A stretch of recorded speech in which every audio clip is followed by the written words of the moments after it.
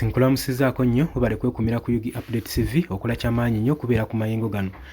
General Kahindo Otafiire ali under pressure kandibanga kaweddemu oluvannyuma lw'ebigambo ebyogerebwa omugenzi bye yayogera nga tannaba kubanga assagwa nkomerero.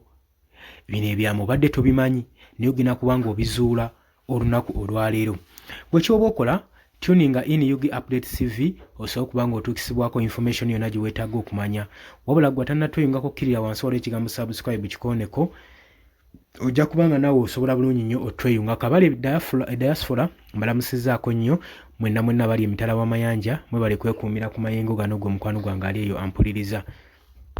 Kakati nno International Affairs Minister General Kahindo Otafiire ali ku bunkenke.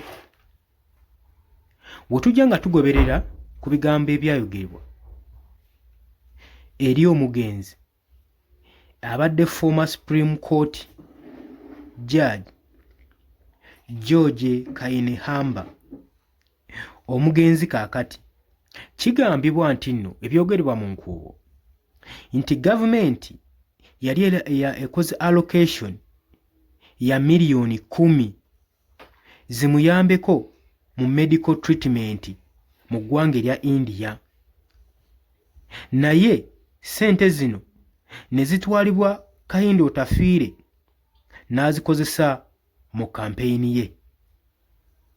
Bye bigambo ebyogerebwa newankubadde tebyayogeddwa kati, byayogerwa nga n'omugenzi akyassa. Omugenzi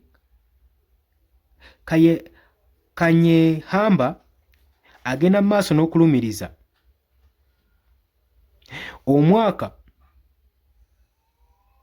ogwa First Made Public Year oguyise yakumamu nnyo omuliro n'agenda mu maaso n'okukkaatiriza saako n'okulumiriza General Kahindo Otafiire nga ssente ze zaali zimuweereddwa okukola medical treatment mu ggwanga erya India zaatwalibwa ne zikolebwa mu kampeyini, era nga kigambibwa yali ayagala wabeerewo embalirira ku ssente zino, era ng'agenda mu maaso n'okikkaatiriza nti gavumenti yali etaddewo obuyambi bwa ssente miliyoni 10 zisobole okuba nga zinnyambako mu ggwanga erya India.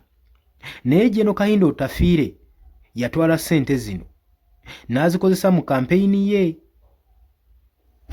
era nga kigambibwa General Kahindo Otafiire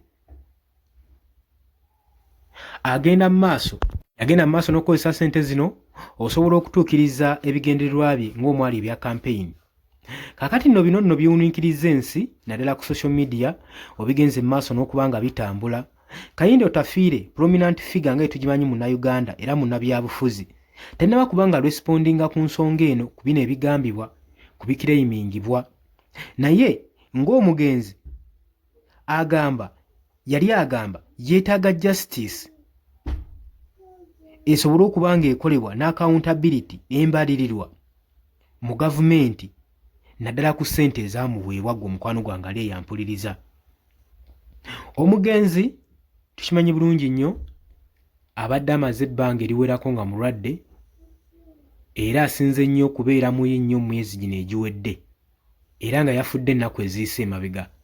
Ng'ono abaddeko omulamuzi awandiise ebitabo eby'enjawulo era abadde kyakulabirako eri bangi bannamateeka mu ggwanga Uganda ssaako ne mu Africa ennamba, era awandiise ebitabo ebiwerako, era abadde atuula omu abadde ba members mu Supreme Court gwali eyampuliriza abadde tamumanyi. So olowooza yeeno ensonga omugenzi yandibadde afa kukkuluma nti afudde naye ng'abadde tasaanidde kufa olw'ensonga ssente ze ez'obuyambi ezazirina omujjanjaba zaatwalibwa General Kahindo Otafiire? Olowooza otya ku nsonga eno? Gwe ensonga waaki olowooza afiiridde amalwaliro agano mu Uganda, oba oliawo nga yandifiiridde India? Yandibadde mu mativu? Osobola okujja mu comment section n'oteekayo endowooza n'otutangaaza okusinziira ggwe nga woolaba. Tulinze tulabe oba General Kahindo Otafiire anaavaayo na respondinga n'ateekawo transparency ku ebyo ebigambibwa ku bimwogerwako bigenda mu maaso n'okusiiga erinnya lye enziro. Mbaagaliza olunaku olulungi obadde oli ku Yugi Update TV nga kw'osinza okuba nga otuwuliriza. Mbaagala nnyo. mweraba.